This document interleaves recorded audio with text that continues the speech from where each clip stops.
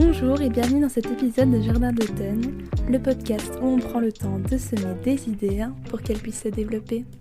Hello, comment ça va ? J'espère que tu passes un bon début d'année. Moi, en cette période, décembre, janvier, je dois réviser pour mes partiels, du coup je suis pas mal chez moi. Et je suis pas mal seule. Et je sais que c'est une période de l'année où je vais avoir tendance à me tourner vers le passé, où je vais avoir tendance à être nostalgique. De façon générale, je trouve que je suis quand même quelqu'un d'assez nostalgique. J'aime bien passer du temps dans les souvenirs. On va parler de ça aujourd'hui parce qu'être nostalgique, ça peut être à double tranchant. Je sais pas si toi, t'as tendance à être nostalgique, je pense que c'est un sentiment qui est quand même universel, mais il doit y avoir des personnes qui sont plus nostalgiques que d'autres. Et la nostalgie, c'est un sentiment de manque, de souvenir d'une émotion perdue dans le passé et qu'on retrouvera peut-être plus jamais. C'est le fait de penser au passé et de ressentir des émotions par rapport à ça, qu'elles soient bonnes ou mauvaises. Le fait d'être nostalgique, c'est le fait de se replonger dans le passé et de chercher à se remémorer les choses qu'on a vécues à des moments précis, avec certaines personnes, dans certains endroits. Souvent, ça fait un petit peu mal. On se rend compte qu'on ne peut pas revenir à cette époque-là, que rien n'est exactement comme avant. Et en fait, nostalgie, simplement, ça veut dire douleur du retour. Et c'est le fait que quand tu reviens, quand tu retournes à ton train-train quotidien après être parti ailleurs, ou quand tu reviens dans le moment présent après être parti dans tes souvenirs, ça fait un petit peu mal parce que ce qui était là avant n'est plus là maintenant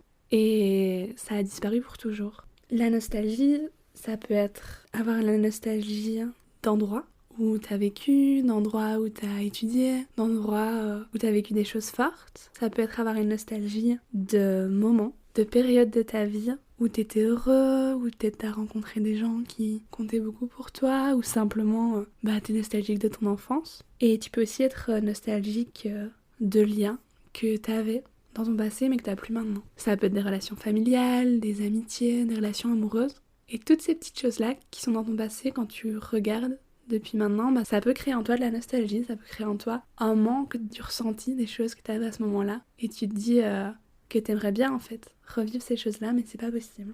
Souvent, on ressent pas de la nostalgie de façon volontaire, c'est quelque chose qui nous amène à ressentir ça. T'entends une musique dans la rue et ça te fait penser à quelqu'un, ça te fait penser à un moment. T'entends un surnom et ça active en toi un souvenir. Je pense qu'on connaît tous la fameuse Madeleine de Proust où une odeur te ramène à un lieu ou à des personnes. C'est ça aussi la nostalgie. C'est être trigger par un élément qui te ramène dans ton passé. Il y a plein de choses qui peuvent nous ramener à un souvenir et ces choses en fait elles font justement le pont entre le présent et le passé. Et c'est pour ça qu'on est un peu comme transporté dans les souvenirs et que ça te fait tout bizarre parce que tu te rends compte que les choses ont changé. Et pour moi c'est vraiment ça l'élément principal, c'est que maintenant c'est plus comme avant. Avant, c'est dans le passé, et toi, t'es à un autre moment de ta vie, et il y a un décalage. Il y a un écart entre ce que t'as vécu et la version de toi maintenant, au moment où tu penses à ce souvenir-là. Tu peux aussi être nostalgique d'une époque que t'as pas connue. Peut-être que quand tu vois des vieux films, des vieilles photos, tu te dis waouh, j'aurais aimé vivre ça. J'aurais aimé partager tout ce que ces gens-là ont partagé. Ça peut arriver aussi. Et nostalgique, c'est quand même une émotion un peu spéciale parce que ça mêle deux émotions en même temps. Ça mêle un côté agréable, c'est les beaux moments qu'on a vécus, le bonheur, la joie, l'amour, l'amitié. Mais en même temps, c'est désagréable parce que on est triste que ce soit passé et que ce soit plus dans le présent, là, actuel. Ça permet aussi de se rendre compte que tout ce qu'on vit, on le vit qu'une fois. Et que si jamais on essaie de revivre quelque chose, il y a de grandes chances qu'on soit déçu. Parce que c'est jamais pareil. Je sais pas si toi, t'as déjà essayé de manger quelque chose que t'adorais quand t'étais petit ou de retourner à un endroit qui était spécial. Quand tu y retournes, en fait, ça a pas la même saveur parce que c'est plus la même version de toi, c'est plus la même époque, c'est plus le même espace-temps et c'est passé. C'est assez spécial, je trouve, comme sentiment. À mes yeux, en tout cas, la nostalgie, c'est quelque chose qui a plein de points positifs. Mais il y a aussi des choses auxquelles il faut faire attention, je trouve, pour pas tomber dans un mauvais côté de la nostalgie. On va d'abord commencer par ça. Un peu les points de vigilance à avoir, et puis on parlera de ce que ça peut aussi apporter, d'être nostalgique et d'aimer retourner dans ses souvenirs. Dans les choses qu'il faut faire attention, c'est souvent quand on va moins bien, qu'on va tendance à regarder vers le passé. On va rechercher du réconfort dans ce qu'on a vécu, mais c'est important de pas rester coincé dans ses souvenirs et puis de passer à côté du présent. C'est sûr que si t'es pas en forme, si t'as pas le moral, c'est réconfortant de te tourner vers des moments heureux de ta vie, vers des moments où tu te sentais vraiment bien. Mais quand on est malheureux, souvent on a tendance à s'isoler. Et le fait de rester dans ces souvenirs, ça peut t'amener à t'isoler encore plus et à passer à côté de choses qui se passent là, maintenant, dans ton présent. Si t'y penses tout le temps, si t'es trop dans le passé à te raccrocher à des choses et qu'au final ça te fait du mal, ça te procure pas de la joie de repenser à ça, t'as pas un petit sourire en coin quand t'y penses, mais que juste tu bloques là-dessus et tu dis que c'est plus pareil aujourd'hui, stop. Il faut pas ressasser le passé non plus parce que il est derrière toi, t'as plus d'emprise sur lui, tu peux plus rien y changer. Et le futur en soi, tu sais pas ce qui va se passer. On sait tous que ça peut s'arrêter demain, on n'en sait rien. Donc la seule chose qui est certaine, la seule chose qu'on a vraiment, c'est le présent. Donc si tu restes coincé dans tes souvenirs, si tu restes attaché au passé et que tu laisses la vie passer à côté de toi, tu risques de perdre beaucoup de choses. En plus, on n'est pas nostalgique que des bons moments. Ça, je sais pas si c'est quelque chose que t'as déjà remarqué, mais il arrive que on repense à une époque de notre vie et qu'elle nous manque. Alors qu'en réalité, cette époque-là, c'était pas forcément une époque où on était heureuse. Moi, je sais que quand je repense à ma deuxième année à la fac, je sais que j'ai de la nostalgie pour ce moment-là parce que je faisais plein de choses pour moi. Et ouais, juste, je vivais pour moi et ça me faisait du bien, mais en même temps, il y a plein de choses qui faisaient que j'étais pas heureuse. J'étais en train de vivre ma première grosse rupture, les cours étaient en ligne à cause du Covid, donc je voyais pas grand monde. Alors oui, j'étais épanouie dans plein de domaines de ma vie, mais j'aimerais pas retourner à cette époque-là. Donc c'est assez bizarre. Parfois, on ressent de la nostalgie pour des choses qui n'étaient pas que bonnes et notre cerveau, il nous piège un peu là-dedans. C'est des périodes qui sont un peu bof auxquelles on pense et c'est important aussi de pouvoir faire la part des choses quand on est nostalgique et de se poser la question de qu'est-ce qui nous manque là-dedans et pourquoi. Est-ce que c'est des choses qui peuvent revenir? Est-ce que c'est des choses qu'on doit laisser dans le passé? Et juste être reconnaissant en fait, simplement. Mais pas y rester et pas se laisser duper à penser qu'une époque était extra pour nous alors que si on prend 2 secondes le temps d'y réfléchir, c'était pas le cas.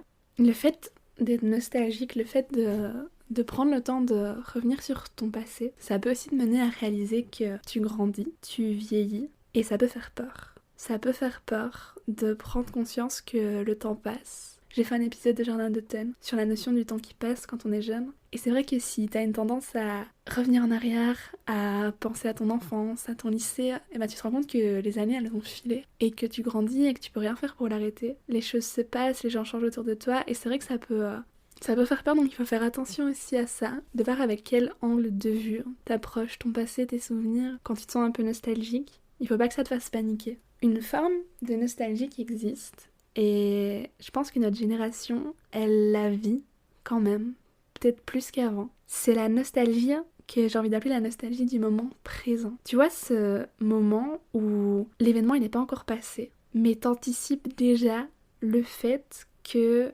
quand ce sera le cas, tu seras nostalgique. Tu sais déjà que ça va te manquer, que ce sera plus comme avant, et du coup tu profites pas de la chose à 100% comme tu pourrais. Je trouve même que parfois on se retrouve presque spectateur des choses qui se passent parce qu'on est concentré sur le fait que c'est la dernière fois que tu fêtes avec ton groupe de potes avant la fin du lycée, avant la fin des études, que c'est la dernière fois que tu vois un de tes potes avant qu'ils partent étudier pendant plusieurs années à l'étranger, des choses comme ça. Ça peut arriver que plutôt que de te focaliser sur le moment présent, tu penses juste au fait que ça va te manquer et t'arrives pas à profiter du moment. Donc il faut faire attention à ça. Il faut pas que le fait d'avoir peur de ça, ça t'empêche de vivre à fond. Je pense que c'est aussi important de pas comparer les époques de ta vie. Alors c'est pas facile, on le fait tous. Moi je peux dire que 2021, des dernières années, c'était la meilleure année que j'ai eue.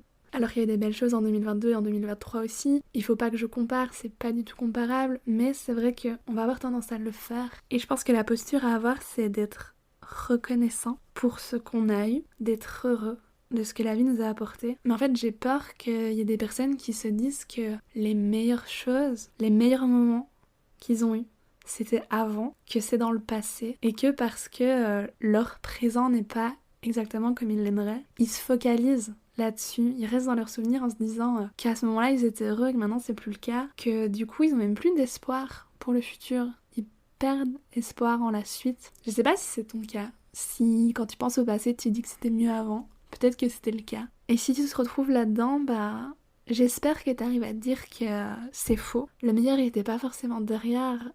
Le meilleur il reste à venir, je sais pas quel âge t'as, Mais t'as sûrement encore des années pour avoir plein de choses à découvrir. Des années pour créer des super belles relations, pour découvrir de nouvelles passions, pour rencontrer des belles personnes et t'épanouir. C'est ok que certaines périodes te manquent, mais tu peux pas comparer ton présent à tes souvenirs, puisque tes souvenirs, quoi qu'il arrive, c'est pas la réalité. Tes souvenirs, ils ont été reconstruits, remodelés, sélectionnés. Donc c'est important de pas te perdre trop dans le passé.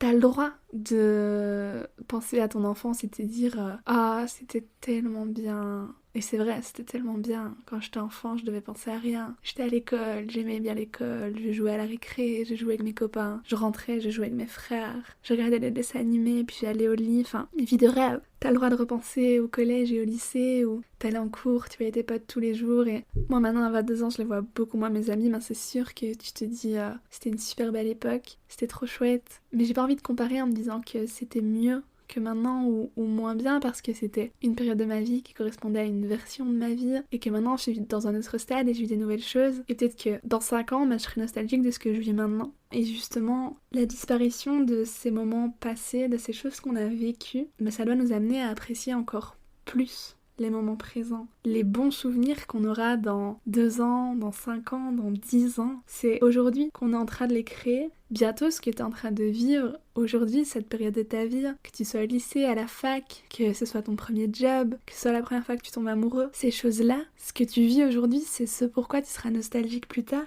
Donc autant en profiter et essayer de créer les meilleurs souvenirs possibles. Le fait d'être nostalgique, ça a des points positifs aussi.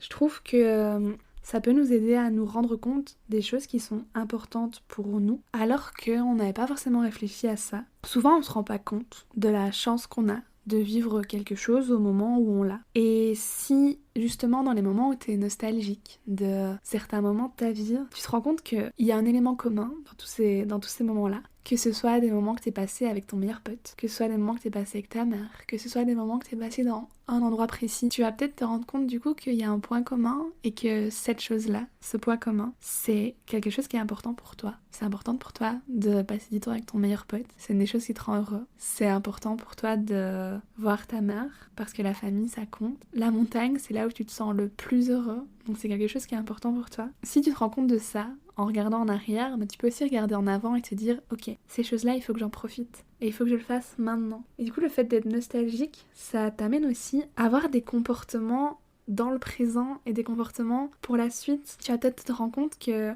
y a une personne qui te manque et donc tu vas l'appeler. Tu vas peut-être penser à un endroit où tu as vécu des choses fabuleuses et tu vas y retourner parce que t'es nostalgique, t'as envie de refaire un bond là-bas et ça va peut-être te faire du bien. Donc je trouve qu'être nostalgique, oui, c'est regarder vers le passé, mais dans une certaine mesure, ça peut aussi t'aider à agir pour le futur et ça, je trouve ça vraiment chouette. Je pense que moi, la raison pour laquelle je suis prône à être nostalgique, c'est parce que être nostalgique, ça permet de renforcer les souvenirs.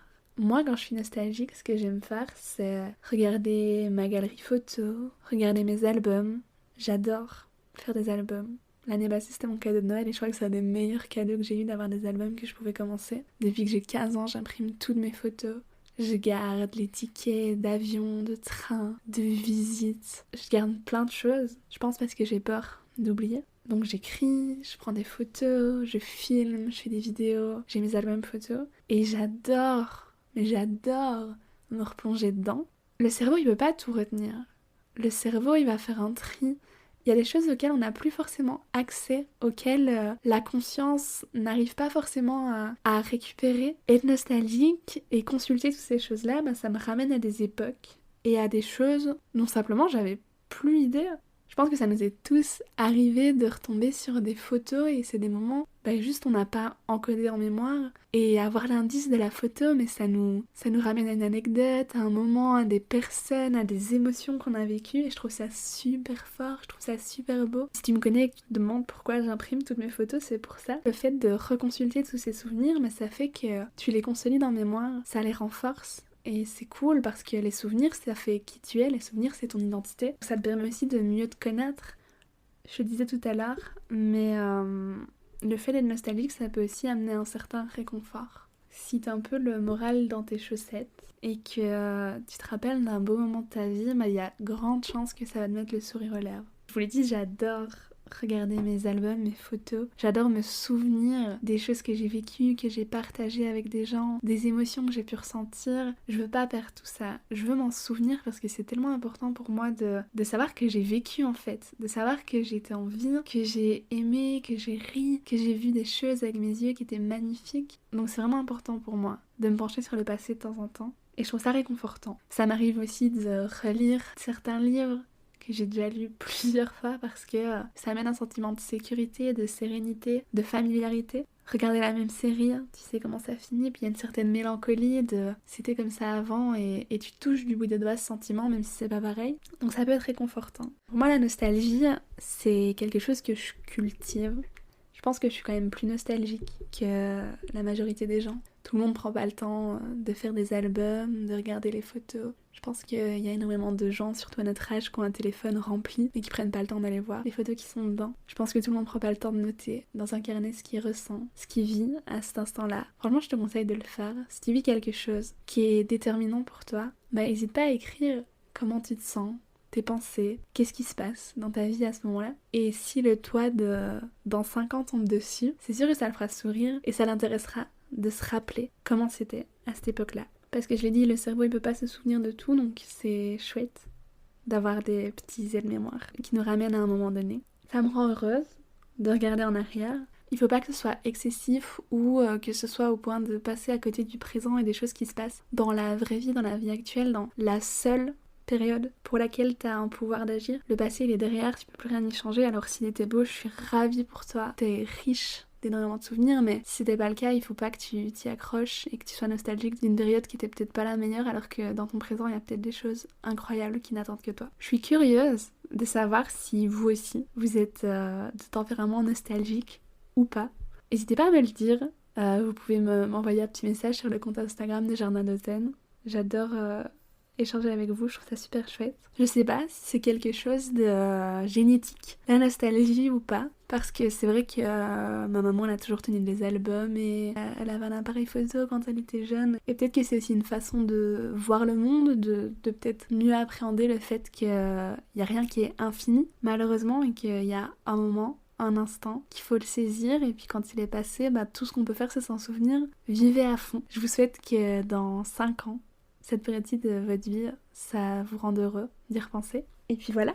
Si t'as aimé l'épisode, n'hésite pas à me le dire, n'hésite pas à en parler autour de toi, à t'abonner. Si t'as le courage même à mettre une petite évaluation sur ta plateforme d'écoute, ça aide vraiment le podcast. Je te dis à la semaine prochaine, prends soin de toi, à bientôt.